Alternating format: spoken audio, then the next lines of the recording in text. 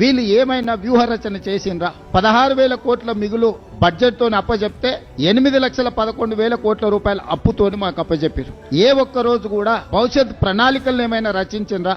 Hitech city పక్కన కట్టిన శిల్పారామం కూడా ఆనాడు మేము నిర్మించిందే. ఈ రోజు ఐటీ కంపెనీలు గాని, ఫార్మా కంపెనీలు గాని, ఎడ్యుకేషనల్ ఇన్స్టిట్యూట్స్, ఐఎస్బి కావచ్చు, నల్సార్ కావచ్చు, IIIT కావచ్చు, ఇట్లా చెప్పుకుంటూ వెళ్తే చాలా అంతర్జాతీయ ప్రమాణాలు కలిగిన విద్యా సంస్థలు ఈ రోజు సిలికాన్ వ్యాలీని మనోళ్ళు డిక్టేట్ చేయగలుగుతున్నారంటే ఆనాడు మేము ఏర్పాటు చేసిన విద్యా సంస్థలే ఈ రోజు ప్రపంచ స్థాయిలో మనకు గుర్తింపు తీసుకొచ్చినాయి.